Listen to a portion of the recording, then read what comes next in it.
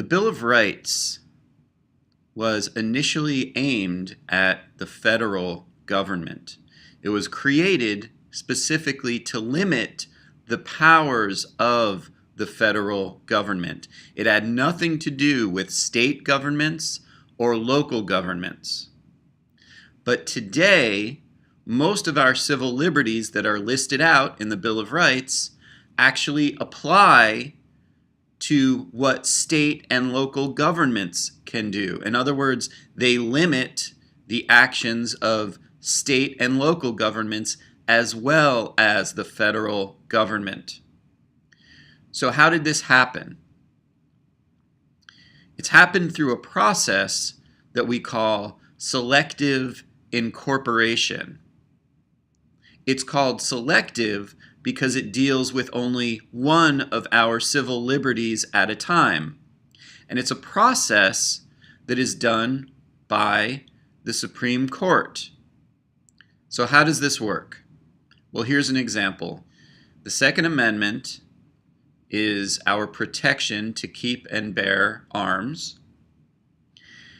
And it wasn't fully incorporated to the state and local level until 2010, when a law was passed in the city of Chicago that banned handgun ownership throughout the entire city.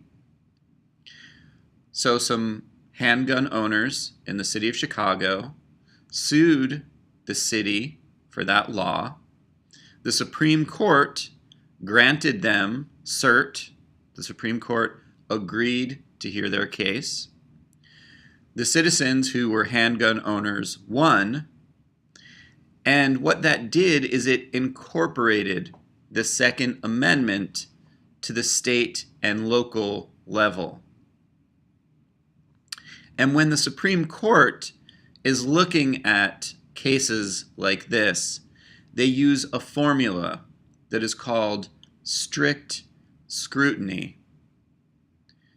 To scrutinize something means to examine it closely. That's what it means to scrutinize something.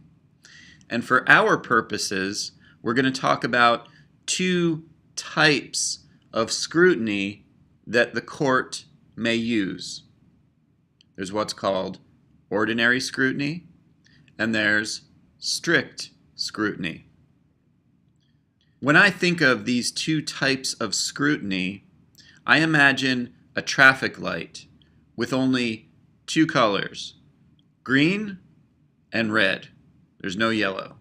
The light is either green or the light is red. You're either going or stopping. So ordinary scrutiny means that the light is green. Ordinary scrutiny is the court's assumption that everything that government does is constitutional. The court always assumes that what the government does is constitutional. And if you think about our discussion from last week about the Supreme Court, we said that the Supreme Court doesn't have the power to originate cases on its own. Cases need to come to them. That's because our Supreme Court has a type of judicial review called concrete review, meaning that someone needs to actually be harmed before the Supreme Court will be willing to hear their case.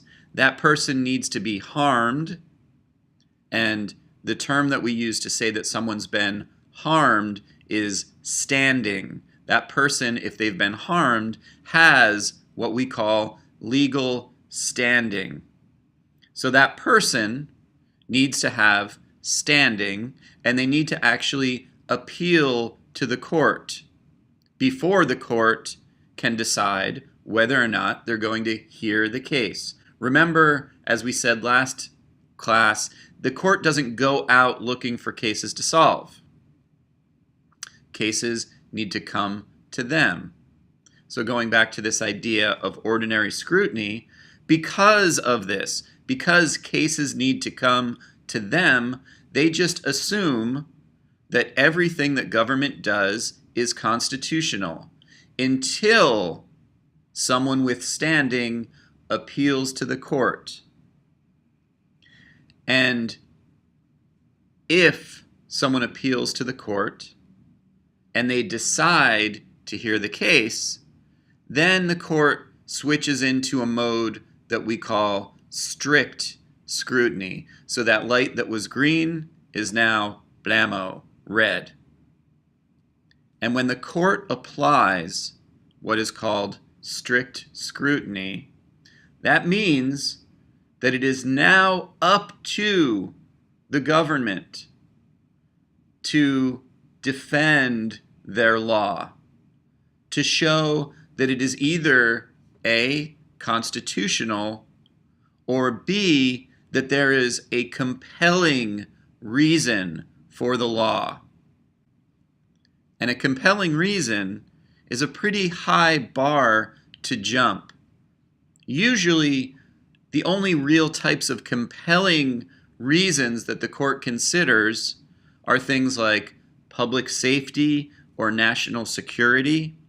So for a government to show that they have a compelling reason is usually a pretty difficult thing to do.